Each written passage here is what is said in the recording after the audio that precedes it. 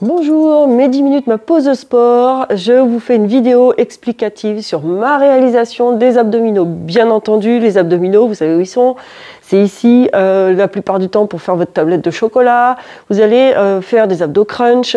Vous allez rapprocher le pubis du sternum, ce qui est logique puisque les insertions sont sur le pubis et le sternum.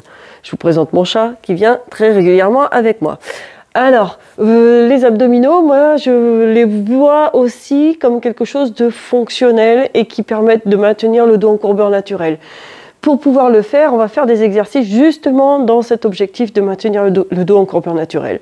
Il faut savoir que les ischios, si jamais ils sont trop raides, vont amener le bassin en rétroversion. Si vous faites que des abdominaux en fermeture, vous allez ici accentuer votre arrondi au niveau des lombaires. D'accord ?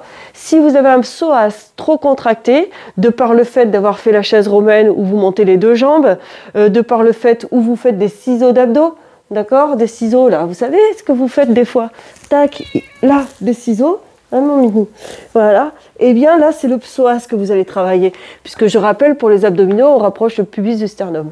Votre psoas, je rappelle ici, il s'insère de la D12 jusqu'à la L5, et il va se terminer sur le petit trochanter du fémur, d'accord ? Quand on les travaille en levant les jambes, ben oui, c'est le psoas qui va travailler en grande partie, et quand vous allez être debout, que votre poing ici est fixe, ça va être... il va tracter sur les lombaires et vous aurez mal au dos et vous allez dire bah tiens je vais refaire des abdos, mais si vous faites que les abdominaux en ciseaux de jambes, vous risquez d'accentuer la raideur de votre psoas et générer encore plus de problèmes au niveau du dos. Allez, je vous montre par la pratique, c'est parti. Donc pour travailler les abdominaux en courbure naturelle, ben justement on va maintenir son dos en courbure naturelle quand on est allongé ici comme ceci.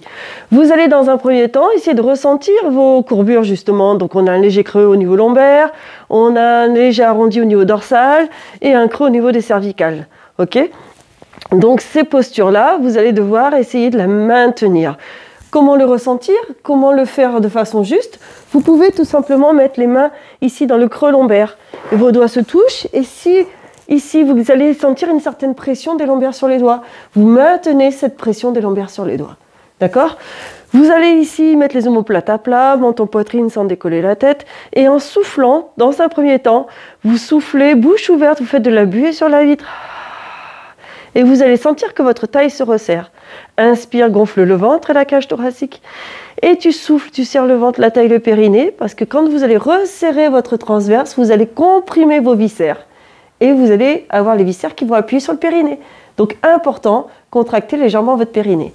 Une fois que vous l'aurez fait plusieurs fois, cet exercice, avec le chat qui vient un petit peu m'enquiquiner, vous allez souffler, serrer le ventre, la taille, le périnée. Attention, vous allez en soufflant monter un genou pour mettre le genou au-dessus de la hanche. J'inspire, je redescends doucement. Je garde mes abdominaux contractés et je souffle et je pense à garder le dos en courbure naturelle. Donc mes abdominaux vont se contracter pour lutter contre la raideur du psoas. Pensez que ici, j'inspire, je souffle. Quand je lève ma jambe, c'est mon psoas qui va travailler. Donc le psoas va chercher à tirer sur les lombaires, sauf que je contracte mes abdominaux pour lutter contre la raideur du psoas et maintenir mon dos en courbure naturelle puisque j'ai la même pression des lombaires sur les doigts. Tu peux très bien inspirer en haut et souffle, serre le ventre, la taille, le périnée. Tu descends le plus doucement possible ton pied au sol et tu serres tes abdominaux, tu serres ton périnée. Inspire en bas, souffle, serre le ventre, la taille. Pense à contracter ton périnée. Inspire en haut et tu souffles. Bouche ouverte, tu fais la buée sur la vitre et c'est parfait. Tu peux le répéter plein de fois. Ça va te permettre de travailler, ressentir, essayer de coordonner la respiration avec le mouvement. Et ensuite, vous pourrez aller voir les vidéos sur le Pilates ou Pilates, prononcez comme vous voulez. Et vous allez voir des exercices d'abdominaux pour pouvoir progresser. Voilà, donc je vous dis à très très bientôt.